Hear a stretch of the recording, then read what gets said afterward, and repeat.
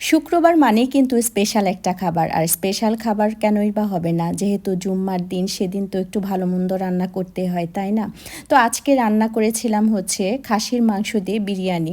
আসলে এটা আমি রান্না করতে চেয়েছিলাম কাচ্চি, তারপর চিন্তা করলাম যে কাচ্চি যেহেতু লং প্রসেস, তো কাচ্চি না করে বিরিয়ানি রান্না করি। আর এখানে আমি অল্প একটু পেঁয়াজ বেরেস্তা করে নিয়েছিলাম, কারণ যেহেতু বিরিয়ানিতে আমার ইউজ করা লাগবে। আর এখানে খুব শর্টকাট করে দেখিয়ে দিলাম, আলুটা আমি টুকরো করে রেখেছিলাম, চিনি আর জর্দার যে রঙটা থাকে সেটা দিয়ে মাখিয়ে অল্প তেলে একটু ভেজে নিলাম। আর এই তেলটা কিন্তু আমি পরবর্তীতে হচ্ছে যেখানে আমি মাংসটা ম্যারিনেট করব সেখানে আমি কিন্তু দিয়ে দিব, কারণ এই তেলটাই দিয়ে দেওয়া হয়। আর এখানে আমি 1 কেজি পরিমাণে মাংস নিয়েছিলাম, সাথে আদা বাটা, রসুন বাটা, জিরা বাটা আর অল্প একটু পেঁয়াজ বাটাও দিয়েছিলাম, পরিমাণ মতো লবণ দিলাম। আর দিয়েছিলাম হচ্ছে বিরিয়ানির যে মশলাটা থাকে সেটা, আর টমেটো কেচাপ দিয়েছিলাম এখানে 1 চা চামচের মতো, আর আধা কাপের মতো টক দই দিয়েছিলাম। টক দইটা ইচ্ছা করে একটু বেশি দিয়েছিলাম।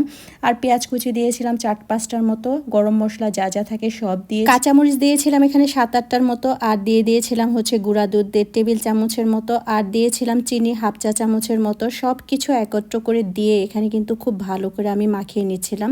আর এই মাখানোটা কিন্তু ভালো করে মাখিয়ে তারপর কিন্তু বেশ অনেকক্ষণ রেস্টে রাখতে হয়। আমি প্রায় 1.5-2 ঘন্টার মতো এটা রেস্টে রেখেছিলাম, কারণ ভেতরে মশলাটা ঢুকে যাবে, আর এটা কিন্তু পরবর্তীতে রান্না করতেও খুব ইজি হয়ে যায়। রেস্টে যেহেতু রাখা হয়েছিল, তো আমি এটা চুলায় বসিয়ে দিলাম, কারণ হচ্ছে এটা ভালোভাবে আমি কষিয়ে এবং সিদ্ধ করে নেব। একদম যতটুকু পরিমাণ আমার সিদ্ধ হওয়ার লাগে সেই পরিমাণে আমি কিন্তু সিদ্ধ করে নেব।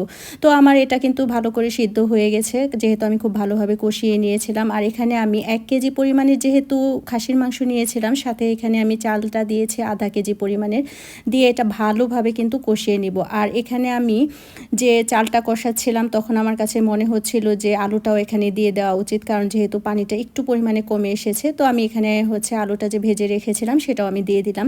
এটা ভালোভাবে কষিয়ে নিয়ে এখানে আমার কাছে মনে হচ্ছিল যে লবণ মনে হয় একটু কম হবে, তো এখানে আমি অল্প একটু পরিমাণে লবণ আর মাংসটা যে কষিয়ে যে তুলে রেখেছিলাম সেটাও একসাথে দিয়ে দিয়েছি। এটা যত বেশি কষানো হবে তত বেশি কিন্তু এই চালটা মানে ঝরঝরা করে তারপরে যখন পানি ইউজ করা হয় সেই মানে বিরিয়ানিটা কিন্তু ঝরঝরে টাইপের হয়। সেজন্য আমি কিন্তু খুব ভালোভাবে এটাকে কষিয়ে নিচ্ছিলাম, কারণ নিচে যেন একটু পরিমাণও যেন পানি না থাকে। তো কষানো শেষ হলে এখানে আমি পরিমাণ মতো পানি দিয়েছি, আধা কেজি চালের ডাবল পানি দিয়েছি এখানে, এবং ফুটন্ত গরম পানিটাই কিন্তু ইউজ করেছি। পানি দিয়ে দেওয়ার পর এখানে আমি পরিমাণ মতো গোলাপ জল দিলাম 1 টেবিল চামচের মতো, আর দিয়ে দিলাম কেওড়া জল, সেটাও কিন্তু 1 টেবিল চামচের মতো। আর এখানে আমার পানিটা যেহেতু নিচের দিকে চলে গেছে, এটা আমি দমে কিছুক্ষণ রেখেছিলাম, তারপর চুলাটা অফ করা ছিল।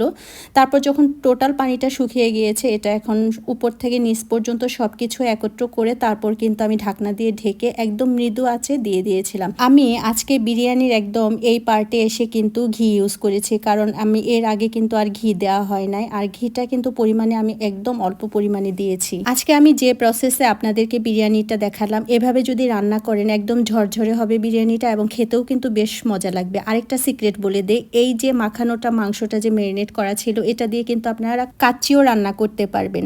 আর যাই হোক, আমার বিরিয়ানিটা কেমন হয়েছে অবশ্যই কিন্তু কমেন্ট করে জানাবেন, আর কে কোথা থেকে দেখছেন সেটাও অবশ্যই কিন্তু জানাবেন। আজকের জন্য বাই, আল্লাহ হাফেজ।